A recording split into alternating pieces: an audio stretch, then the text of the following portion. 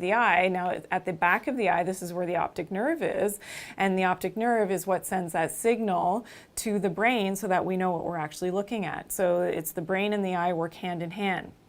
So that concentration of light happens in the lens of the eye, and what happens over time, so with exposure to free radicals, with exposure, to those toxins that are in the environment, lack of antioxidants, so poor diet, and I always come back to having a healthy, substantial diet that certainly has enough of those antioxidants to protect the eye.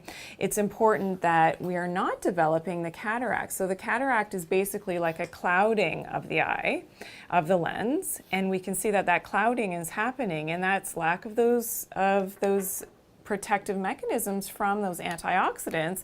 And this is now when the light is trying to shine through that lens, you can see it's become very clouded, and you can often see this distinctly in the eyes of dogs. If you've ever seen it, it's that clouding over, and they lose their vision. Absolutely preventable, and that's the great thing, and that's why we're talking today all about prevention of eye conditions, is that we can do this naturally and having those important antioxidants in the diet. And there's a big one. I don't know if you've heard about this one, lutein. Have you heard about lutein? I've heard about lutein. Yes. I have. I just don't know what lutein means. I know the word, that's all though. Yes. What is it? So lutein is a carotenoid, and carotenoids are specific antioxidants that are found in some fruits and vegetables. So green leafy vegetables have carotenoids, things like spinach, great, and kale have these carotenoids. And the other one that usually goes with lutein is called zeaxanthin. And so these two carotenoids really are concentrated in the eye, and especially at the back of the eye, which is so important to protect and helping with proper clear vision. Some of the other fruits that have the carotenoids, you hear the word carrot in carotenoids, yes. So certainly carrots do, absolutely. And the melons, so the cantaloupe melon, I believe in Australia it's called the rock melon. I believe, I have to check our Australian friends, you can correct me if I'm wrong, but I know a lot of you love to watch the show. So the rock melon is the cantaloupe, as we speak about here in North America, and that orangey pigment is very protective and has that lutein, and the zeaxanthin. So those two antioxidants are very protective. We're going to do a great demonstration with some lutein to show how it is actually protecting from that blue light radiation. I am learning so much here, and it's what's great about this show too is that Q&A, questions with natural answers, with Dr. Janine, and remember to follow her on Instagram at Dr. Janine, spell it all out, DoctorJanine, is that Dr. Janine doesn't have to just speak in sound bites here. Here we can get a little bit more deeper, a lot more deeper into the issue actually. So besides cataracts, what about glaucoma? That's another thing we wanted to talk about as well. First of all, what is glaucoma, this word, which in itself, just the word sounds so daunting. Well, it is. Glaucoma. And very concerning. I actually have a friend who developed glaucoma, and she's not that old, and to think that that can happen, yes, in a younger woman, absolutely. And that's the increase of the pressure in the eye. And I think, oh great, we can take a look at this here. So with normal pressure in the eye, we all have something called the aqueous humor. So this is the fluid that's in the eyes, and in a normal eye, which we can see here that everything is healthy, the light concentrates, we don't have that buildup. So in the glaucoma, we start to have a buildup of that aqueous humor fluid. And what happens now is that causes that internal pressure. It's like it's a closed system. So that internal pressure is now pressing on the optic nerve. And of course, the optic nerve, which we shared just a few moments ago, is at the back of the eye. And this is where the brain now gets that signal. And really important to know that with that increased pressure, now that brain is not getting that proper signal and is having difficulty with the vision. And often this goes undetected until you have, your examination with your eye doctor, and lo and behold, you have this increased pressure. So there's usually no pain associated with this, but it can have that negative effect on the vision as this gets worse. So yes, it is possible to have a preventative aspect. And one of the herbal medicines, bilberry, is really helpful for that pressure in the eye, which is fantastic. And that's a herb that you can take either as a tea or in a concentrated form in a supplement, which is really, really an important thing to do. And I always say prevention is better than cure. So you don't want to wait until you go to your eye doctor and he gives you or she gives you the diagnosis that you have that increased pressure in the eyes. No, you don't want to wait until that happens. So certainly as a preventative standpoint, that's why taking care of your diet, make sure you're getting the lutein and the zeaxanthin, you're eating all the healthy raw fruits and vegetables that are loaded with these nutrients, but also taking sometimes a supplement, which certainly you can from a whole food source, to really make sure that you're inundating your body with these antioxidants from that prevention standpoint. So as we continue along in all of the different categories that we're talking about, with vision this week, that's the main focus of attention on this week's edition of Q&A.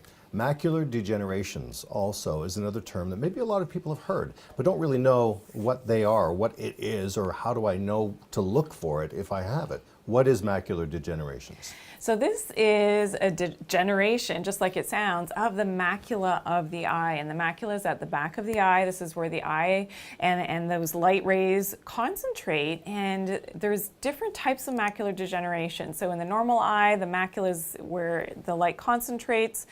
And in wet macular degeneration, which is less common than the dry macular degeneration, we have basically we're losing that macular density. And the macula of the eye, believe it or not, is more densely pigmented it's more like an orange pigment. Now this is really interesting because when we talk about that blue light radiation, so when the sun comes up in the morning, that's blue light radiation. Radiation's not a bad word. In this case, it's those rays from the sun are blue. They serve a specific purpose. So when I've traveled to different parts of the world, and this has always been so interesting to me, but I visited one of the blue zones and have interviewed the centenarians there, so the people that are living long, healthy lives. And one of the commonalities with the centenarians is that they wake up when the sun is rising in the morning. And why is that? And why do they have bounds of energy throughout the day? And they go to bed when the sun is setting. And why is that so interesting? Well, it seems like common sense, I think, to get up with the sun and go, settle down when the sun is going down. But it's that blue light wavelength in the morning rays of the sun that helps to turn off your melatonin, which is your sleep hormone, and it increases your serotonin levels and your cortisol levels and all those hormones that we need throughout the day to give us that energy so that we can get our work done and do all the things that we need to do in the day. So we need that blue light radiation when it's naturally occurring from the sun in the morning. That's very good for us. It wakes us up. One of the worst things that we can do is to be inundating our eyes with our cell phones. So it's funny, I'm looking for my cell phone. I don't have it here. When do we ever not have our cell phone close to us, or a tablet, or anything that is inundating our eyes with that blue light radiation? So this is something definitely in this century with all of our tech, and we're overly inundating our eyes with that blue light radiation. And maybe I'll show you this great demo now, Norm, because Sure. we can actually now see the difference and why it's so important. Because remember, we talked about blue light, but what counteracts blue light? Well, if you look at the color wheel, and if you're an interior decorator, thanks for chiming in, and we love to hear from you, but maybe you've not heard this before. So I know that all the decorators out there, maybe you're an artist, you know that on the opposite side of the blue light spectrum is the more orange and the orangey yellow pigmented. They're opposite each other on the color wheel. Why is that important? Well, yes, Mother Nature in her wisdom has made the macula of our eye that more orange pigment, and that's where macular degeneration, you are losing, your body is not inundated. You don't have enough of the lutein, the zeaxanthin to maintain that orange pigment at the back of the eye to protect from the opposite, which is that blue light radiation. I mean, it makes sense, doesn't it? No, definitely. It does follow along with what you're talking about. Absolutely. So let me show you this. So I can actually show you Yep. this. So what we have here is, and I'm putting on so this is tip number 1, is to find the blue light blocking glasses. That's a great thing for the children as well, to wear your blue light blocking glasses. Now, the other thing is to make sure that you're getting enough lutein in your diet. So the lutein, again, comes from anything that is orange pigmented, but sometimes it's the green foods as well. So kale, for instance, for whatever reason, is higher in the lutein, these specific carotenoids, and the zeaxanthin as well, to help to protect the eyes. So here we have a concentrated supplement that is concentrated in the lutein. You can see that it's a little bit orange pigmented, and that's what you're looking for when you have a high quality supplement. And what we're gonna do here is I'm gonna open up the lutein into some water. So this represents now that protection that it has on the back of the eye. And what I have here are some cards, and the cards have the blue light sensing material on them, and I have a blue light. So this is, wouldn't be the best thing to shine right into your eye, but you can see that blue light now, it has left a mark on, and that's not the best thing. That is not what we want. For instance, going right into our eyeball, is we do not want this happening. And essentially what we're doing when we have, that's very damaging to the macula of the eye, especially if you don't have enough lutein and zeaxanthin in your diet. And Mom always said, eat your carrots. Why did she say that? Yeah, well, because rabbits can see really well. They can. You ever see a rabbit with glasses? That's what my mother used to say. That's a good one. I love that, Norm. So here we go with that. So what we have now is the water. So remember I said that there's liquid in our eyes, so that we just have a bit of water in a dish, and this represents the liquid, the aqueous humor in our eyes. And what we have here is I've opened up that lutein capsule into the water as well. So what I'm going to do now is I'm going to put on both of my blue lights and shine that over that test strip that picks up that blue light, and we'll do that for a few seconds. And now you can see, Norm, that it was protected. So here we have the blue in the unprotected one, and here we have in the protected eye. So we can see that, and now it's fading away. But that is, I mean, it's fantastic. And this is really something is. It's very clear when you're doing it right away. Absolutely. Right. And this is why it's so important to have enough of that lutein in the diet, wear the glasses, and whether that's for protecting the macula, for macular degeneration, but also for the cataracts as well. We always want to have that protective effect, and in our children especially. I mean, we have young kids. The other thing you can do on your devices as a quick tip is to set it to the night mode.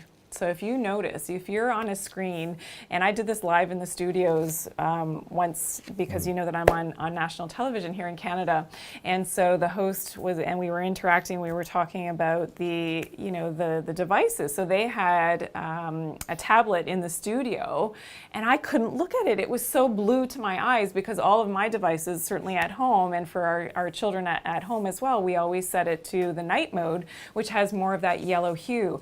If it's too blue, if your screen is too blue, this is not healthy for your eyes. So do whatever you can right now. If you're watching, make sure that your devices are all on that night mode. And if you don't know, like we struggled in the studio that day, live on television, in front of millions of people, to try to switch the tablet to, we couldn't figure it out. So one of the techie guys had to come and help us out. But if you don't know, then ask somebody close to you, ask a youngster, usually under the age of probably these days like 10, that they'll be able to figure it out for you to put your device on your night mode. It'll really help. We do have some questions. You ready? Perfect. And we thank everybody, by the way, for leaving your questions with us. And of course, follow Dr. Janine on Instagram. And please do leave your email address so you can be included in the newsletter. But first of all, Frank, and by the way, Frank and everybody, we appreciate you writing in and leaving a question for Dr. Janine. Frank says, I will be having cataract surgery soon. Is there any point in worrying about prevention techniques now?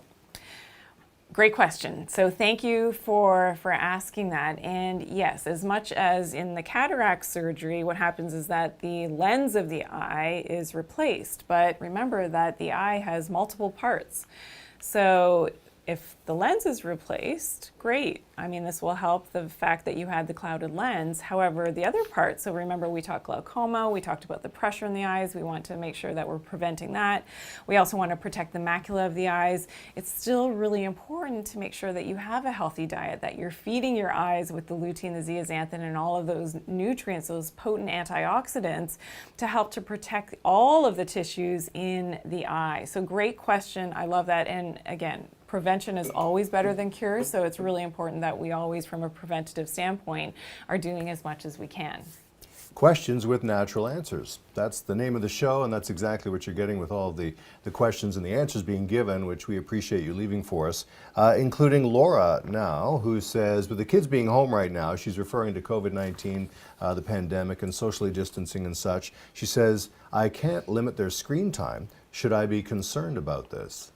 Well, yes, you can't stop the kids, unfortunately, at a certain point from interacting with technology. Yes, it can be a controversial topic because I know some families, they don't have any technology, but I think that's few and far between. So limiting it, turning it to night mode is something that we definitely have to do. And if you can, get the protective glasses. Make sure that their diet is also really high in the lutein, the zeaxanthin, so those raw, fruits and vegetables, absolutely. If you need to get more of the greens into the diet, then a great thing for the kids is to put it into smoothies. So we always share fantastic recipes. A couple weeks back, we posted, so make sure that you're following us on and me on Instagram at Dr. Janine, because there we share a lot of fantastic recipes as to how to implement these things into your daily lives. And we made some great smoothie cubes, and we'll share all of these things again. So make sure that you're following me. Thank you, Laura, for that great question. Brenda also wrote in asking about dry eyes. Are dry eyes a symptom of a more serious problem? Should I be concerned about that?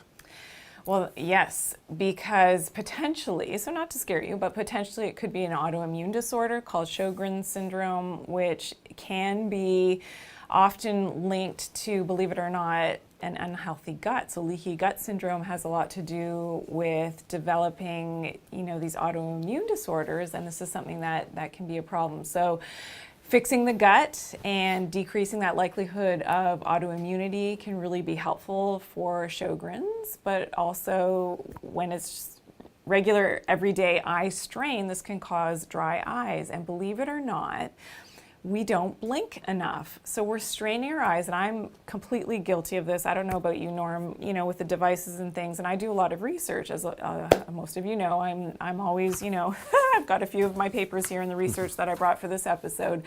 And doing that research, I love to do it, but I forget to blink. And every time we blink, so let's just do a few blinks right now. I mean, it seems so simple. Let's do a few blinks, a little blinking exercise. Yeah, this isn't the exercise of the hour, but it's a good one that's coming to mind. Okay. So just blink a few times and just kind of let your eyes rest a little bit in between, and it's just so therapeutic. And who thinks about this? Nobody, and I never have a chance to talk about these things.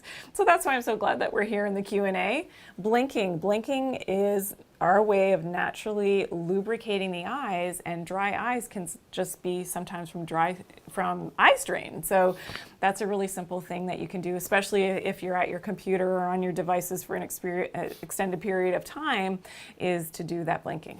Great question from Brenda. Thank you very much for that. You know what she mentioned, or you mentioned exercising by blinking. Yes. Are there any other eye exercises we can do? We often don't think that the eyes have Yes. muscles that can be exercised consciously by us, can we? Oh, yes. So let's do some now. Okay. This is so exciting. So these are our eye exercises, which are really helpful for prevention of eye disorders, helping our vision, helping to relax our eye muscles. So one of them is called the Bates method. So what we're going to do, Norm, is As in Norman Bates? Is that what you- Not quite, never mind. No. Sorry. But that's a good one. So what we're going to do is we're going to rub our hands together. Yeah. And we are going to allow and that's why I uncross my legs, we're going to allow for our elbows just to rest. So if you're sitting at a desk, you can do this at your work desk, which is what I do when I'm working and I need to take that break. But after rubbing our hands together and generating some of that energy, we're basically going to gently close our eyes and it's called cupping, just cup our hands over our eyes, closing our eyes and just completely allowing all the muscles, both in the eyes and around the eyes, to completely relax. And you're going to stay like this for about 2 minutes is ideal. I don't know about you, Norm. I'm coming back. I don't know if you're going to stay there for the rest of the show. That's really good. Isn't that good? I feel like I just had a power nap almost there too. Well, it's Yeah. so restorative, and even for the nervous system. So I'm glad that you mentioned that, because it just helps to kind of, if you're having a stressful day, you're having a moment, or the kids are, I can relate to this, the kids are driving you hoo-hoo, cuckoo, that you just take a moment and you do that and you just rest. And it's actually important for the kids to do this as well. I always come back to talking, we have lots of children at home, and it's really important for the children as well, because of being on their devices and straining their eyes, whether it's for the homework or for the fortnight, you know, you've got to take that break and allow their eyes to relax as well. So a great thing that you can teach the kids too. Definitely. And you know what? I do feel like my eyes are more alive after just doing that for a short period of time. Suddenly, Yes.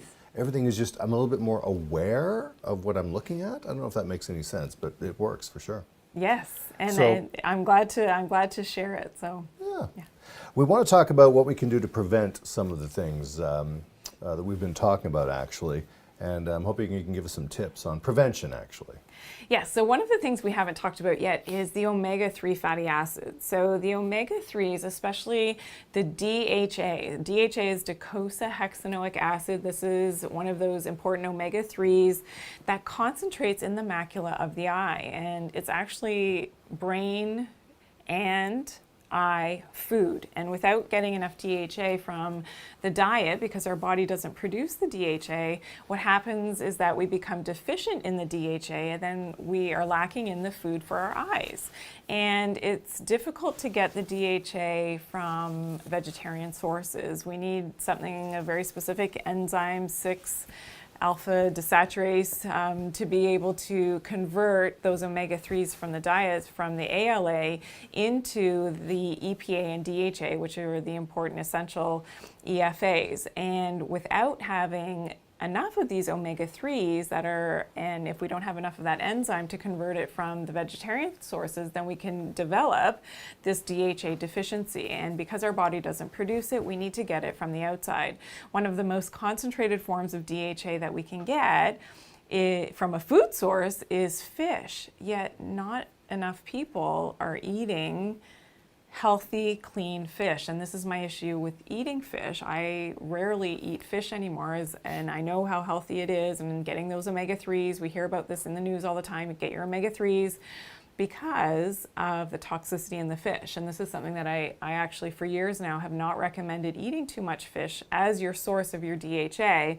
I always believe that it's better to get it in a concentrated supplement form. So that's something that you can do your own research on, but certainly getting that concentrated DHA is so, so important for the eyes, and it concentrates in the macula, remember, at the back of the eye, and this is why we need that DHA, and it's something that I suggest that you take on a daily basis to prevent your eyes from developing issues, but also remember from that blue light radiation to prevent, from that macular degeneration as well. There's a lot to think about here, Yes.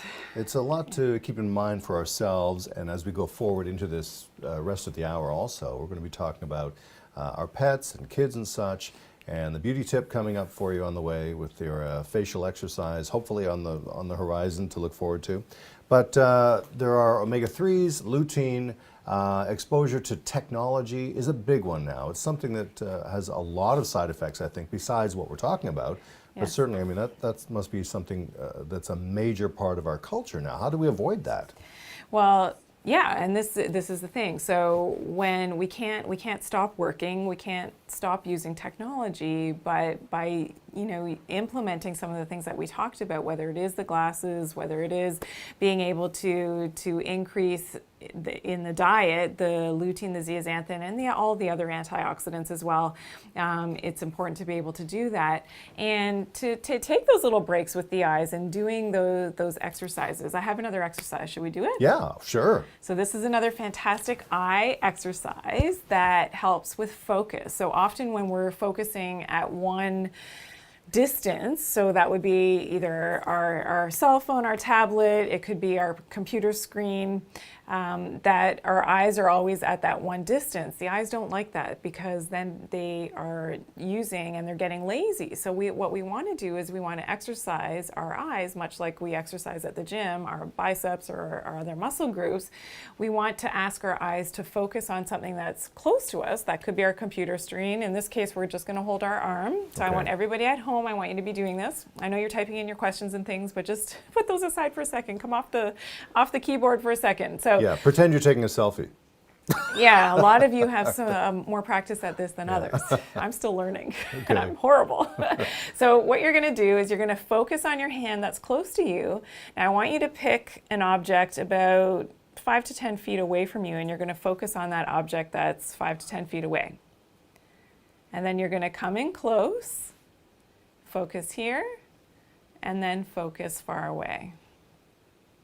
And then focus close, and focus far away. And you just repeat this back and forth about, 5 to 10 times. And you can do this throughout the day a few times, but this is, such a fantastic way to be able now to have that proper focus and to allow your eyes to relax and then focus at different distances. So it really helps with maintaining that eyesight, especially as you're aging. Is it possible, I don't know if we were going to be talking about this during this segment, but do you think it's possible to reverse eye problems? So for example, if I'm wearing glasses and I have been for a few years, is there ever a chance of me going back to not wearing glasses or at least strengthening the eyes better? Oh, absolutely. And this is where people think, oh, I wear glasses, I'm always going to have to wear glasses. No, with doing the eye exercises, this is one of the tissues in the eye. The eye tissue is a tissue of the body that can actually regenerate really quickly and given the right circumstances. And I believe that that's just like, the lizard who loses the tail and can regrow the tail. I believe that a lot of our tissues, and this is yet still to be discovered in science, but I think a lot of our tissues have the ability to reverse, and when we talk about the aging process, reversing that aging process and to get some of that functionality back again, given the right environment. So researchers are looking at this right now. One of the other things that we can do in terms of prevention is to make sure that we have enough B12. So vitamin B12 is really important, and some more recent research has really looked at, and this is one of the things that I just recently discovered, that vitamin B12 has a lot to do with those photoreceptors in the eyes, and the ability for B12 we know is important for the nerves of the body. And thinking when we talked about the optic nerves, the optic nerve at the back of the eye is what sends that signal to the brain so that we know exactly what we're looking at. And now that connection with protecting the nerves, having enough of that B12 is important. And that B12, now that the researchers have found, is linked to the photosensitivity in the eyes, and especially the adenosylcobalamin. So not just any B12, but the adenosylcobalamin has and mediates the light-dependent gene regulation in the photoprotective cellular response. So this is something that is a more recent study that has been done, and really promising information in terms of being able to, just with simple making sure that we have enough of the vitamins in our diet. And if it's not in the diet, B12 is very difficult to get in the diet, especially for vegetarians. So often this is B12 you get from organ meats and things. If you're a vegetarian, it's difficult to get enough of that vegetarian source of B12. So often this needs to be supplemented. And yes, you can find vegetarian supplements that are fermented from microorganisms of B12, which is really important to make sure that you've got enough B12 to help to wake up. One of the things that the researchers are talking about is that it's almost like at the back of the eye, the neurons, they forget as they're aging, they sort of forget what they're supposed to be doing. So, and that if you think about the aging process, a lot of the cells in our bodies sort of forget how to be active and alive and young.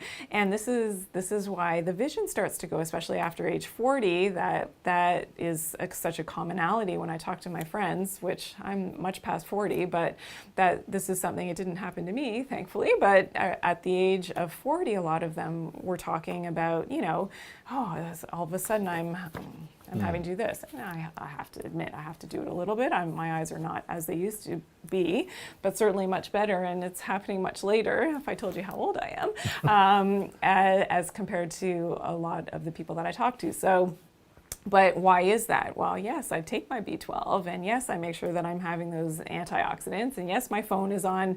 So all of these little tips that we're sharing in this hour are things that you can do to really help to prevent and slow down that aging process, specifically in the eyes. You know, one of the great things about this show, Q&A, is that Dr. Janine can bring in a study that's done.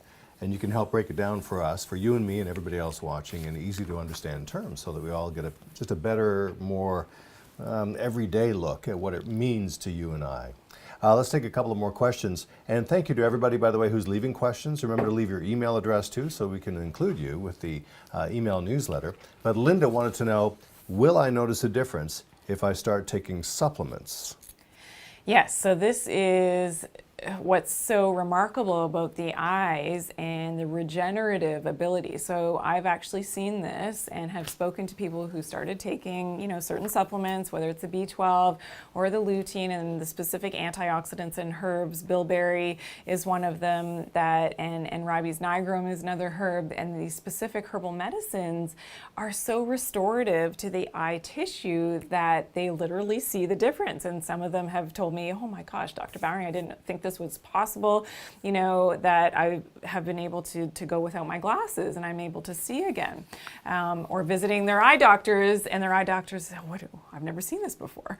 What are you doing? What are you doing? And that's why I love to share the tips that I do, because I get that wonderful feedback from so many of you that you are, in this case, literally seeing the difference. So, which is fantastic. So yes, it is possible. You never give up on your body. That's one message that I have. You never give up on your body. And if you will it and you see that, happening for yourself, we manifest what we think and what we believe.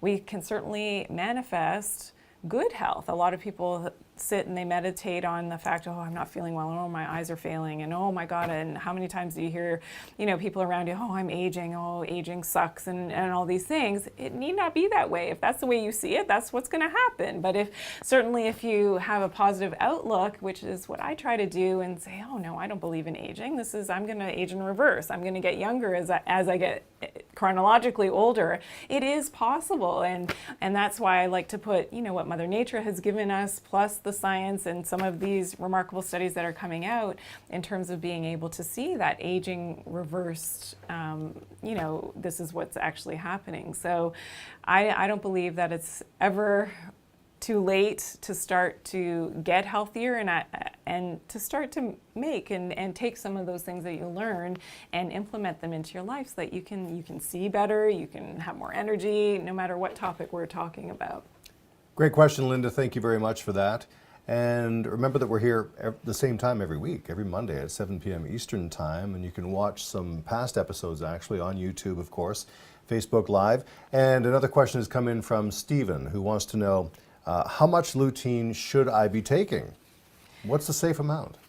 So most times I would recommend 10 to 20 milligrams of lutein per day. So this can certainly be easily achieved by taking a supplement that has that concentrated lutein, and you always want to make sure that you're taking lutein from a whole food source. So you don't want to take it, and anybody who knows when I talk about vitamins that I don't like synthetic forms of vitamins, so you always want to get it from a whole food source of that lutein. And certain, nutrients like marigold. So marigold is one plant that I actually have in my garden. So the gardens will be sprouting soon, and I always plant this in the first part of summer. And the marigold, which we see here, again, look at that coloration. It has that lutein, and the lutein, remember the yellows and the oranges, they protect that macula of the eye against that blue light radiation. So this is where it's concentrated in some of the supplements. They get it from the marigold plant. So that's probably something that you'd be looking for. Wouldn't you love to see a picture of Dr. Janine's garden? What is Dr. Janine growing in her garden? I bet it's fantastic with all the herbs and such. Thank you very much, by the way, for your question, Stephen. Donna also wrote in with a question saying, what are some examples of healthy fats? And that's a great question. I'd like to know that myself, because we keep hearing how fat is good for you. Oh yeah, but the body needs fat. Well, what's healthy fat versus non-healthy fat? What's the difference? What are some examples? So the healthy fats that are best for the eye is the DHA, something that I was speaking just a little bit earlier about. And the DHA is what concentrates in the macula of the eye. And this is most easily achieved from eating fatty, cold water fish. However, like I said earlier, I don't love and I don't usually prescribe or tell people to eat a lot of fish because of the toxicity. So there's PCBs, there's dioxins, there's heavy metals like mercury and things that concentrate in the fat of the fish, and that's probably the worst part of it, is that it's the best part of the fish for, for the eyes, that DHA, but it's also the worst part of the fish because of that concentration of some of these fat-soluble toxins like the heavy metals. So this is something that, yes, we still need that DHA, so fish oil supplements are usually now the best alternative to eating that fish, because they've, you know, if it's a good reputable company, what they've done is they've removed those toxins in their processing so that you don't have to worry about the toxicity element, but you're getting that concentrated DHA, and that's really important. So yes, the healthy fats, it's a big misnomer that if you eat fats, you're going to get fat. There's this whole keto thing out there, everybody's eating a high-fat diet, and hopefully it's healthy fats. If you're doing keto, you're doing something that is, you know, a bit of a change of what you were eating previously.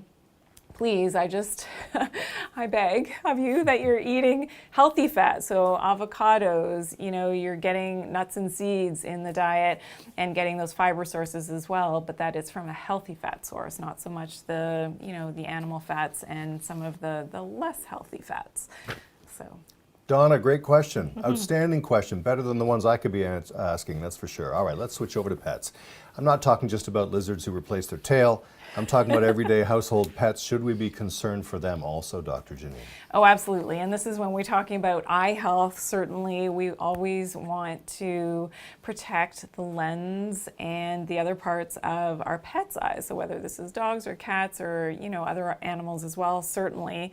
And this is, you know, something that we can from a preventative standpoint. So there are pet supplements out there that are very targeted and specific for the health of our pets' eyes. And much like, you know, the lutein is good for our human eyes, absolutely the same is true for our pets as well. So we can't forget about the pets, and it's, if you do have a pet and you're honored and have the ability to take care of a pet, then, you know, they can't tell us that they can't see. And often I've spoken to a lot of people that have said, oh, my cat or my dog has started to refrain from going to certain parts of the house or maybe going up and down stairs, and it's not because of the joints, but it's actually a vision problem. And this is maybe something that you wouldn't necessarily relate to the vision, but it is possible. Something certainly that your vet is looking out for in terms of symptomatology, but you may not always put the two and two together. So make sure that, you know, you get your pet's eyes checked, but also more importantly from a preventative standpoint that you're feeding them. Maybe it is a pet supplement that they need with the lutein and the zeaxanthin, and some of those concentrated herbs are actually good for the pet's eyes as well. So we're talking about a lot this hour. It's all about vision primarily, and different approaches to it, different supplements and things that maybe you've never heard of before. But I want to know, as we're getting close to the end of the hour, and we still have a lot to get to, by the way, with the beauty tip on the way and some other things, how does this all relate back to our mind, body, and spirit ultimately? So now we'll talk about the Dr. Janine truth. And this is the part of the show that I love when we talk about the mind-body-spirit connection as to how that relates. And in this case, we're talking about vision. So the Dr. Janine truth about vision is that when you develop and manifest problems with the eyes, it could be from the psycho-spiritual and the mental-emotional aspect of that connection with not wanting to see something. So what are you looking at in your life that you don't necessarily want to see? And if there's any truth in that for you, then this could be something that you really want to take a look at, no pun intended. So if there's something that is in your life that, you know, maybe doesn't look good. Maybe it's difficult for you. Maybe it's something that you're sort of putting aside that you don't want to look at. That could be the reason why now energetically in the eyes that you are now manifesting stuckness, as I call it, and that energy is stuck in the eyes, and you could be, developing some vision loss or maybe some of the other conditions related to your vision. So know in good faith that, you have to look at everything in all aspects of life with an open mind, hopefully with some positivity, and maybe just pay attention to that, and then that can start to revert what's happening in your own eye health.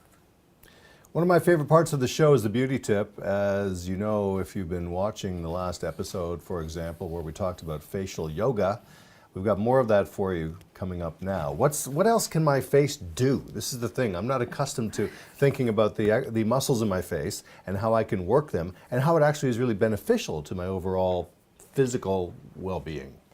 Well, this is a fantastic one. So we have, for a couple of weeks now, we've been doing some fantastic exercises. Oh, they're fun, too. You've been a great sport, Norm, Thank and I you. know, you're looking younger as the days go on. I am, aren't I? And hopefully everybody at home is enjoying these as well. And I know you have, because a lot of you have messaged me, whether it was on Instagram or on Facebook. So great to hear from all of you. So this week we're working on the chin area. So what we're going to do is we're going to look up, we're going to smile with our jaw as we're doing this, and it's hard for me to explain it as I'm doing it, so I'm going to explain it first. So we're going to look up, we're going to tighten these muscles in the front of our neck, we're going to smile with our jaw, and then we're going to chew with our lower jaw.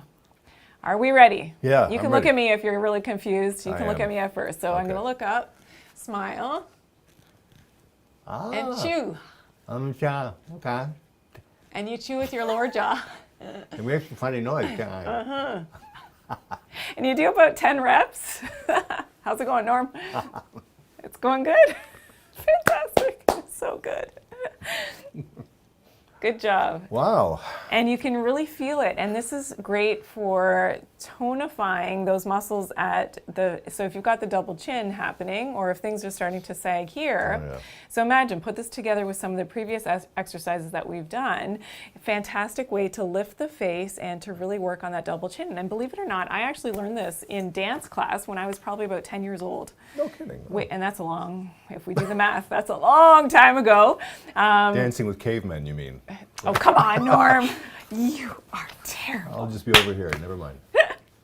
So there we go. So you do about 10 reps. This can be a little bit strenuous. So about 10 reps, you're going to do this, again, 3 times a day. This is a fun one. When we talked about a previous exercise, doing this one when you're at a stoplight.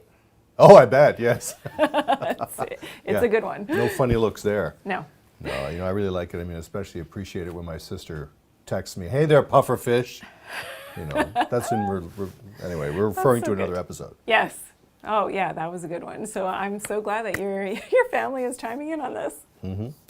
So that is all part of, and when we do this, Yes. not only is it good for the muscles of the face, but as you can tell, it's kind of fun to do. If you get the whole family doing it, for example, or other people in your life, it's fun. It is fun, and it's something, again, it's completely natural, and it's not anything that's invasive, because I know especially a lot of women, they go to some invasive techniques, and you want to do something that doesn't cost anything. You're doing it in the privacy of your home or your car, and you're enjoying this with the family. So continue to watch and practice these exercises, and I've received numerous messages, whether it's on YouTube, because we have a bunch of these exercises on YouTube as well, and so be sure to continue to do them. You'll, much like when you start working out, that it can be very difficult at the beginning, but as you're doing them, you'll get better and better at them, and you will see the results. And this is why we get so many testimonials, from the people that are doing them, that have seen our videos on YouTube, and you love them. So I'm so happy about that. Well, I hope you're enjoying this. Every week, Q&A, questions with natural answers, with Dr. Janine.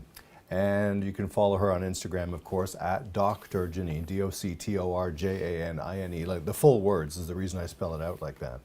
Leave your email address behind so you can be included in on the newsletter. And watch us next week. We've been talking about a lot of things.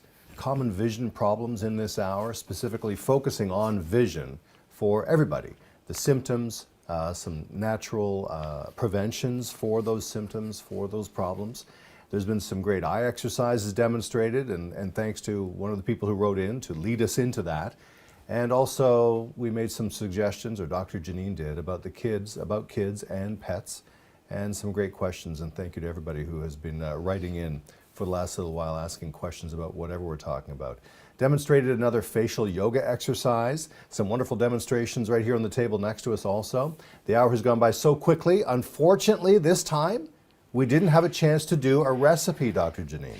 No, we didn't. And in every episode, we usually share a recipe with you. So we've done that the last few weeks, and we didn't get to it in this episode. So be sure to follow me, so at Dr. Janine on Instagram, and we will share 2 recipes this coming week in the next couple of days. So be sure that you are tuning in there and following me there at Dr. Janine. So write it out, DoctorJanine. Now, what's going to be happening next week? Everybody wants to know what is on the way, because every week we'll focus on one ailment, not even an ailment so much as one specific concern. What can we look forward to next week?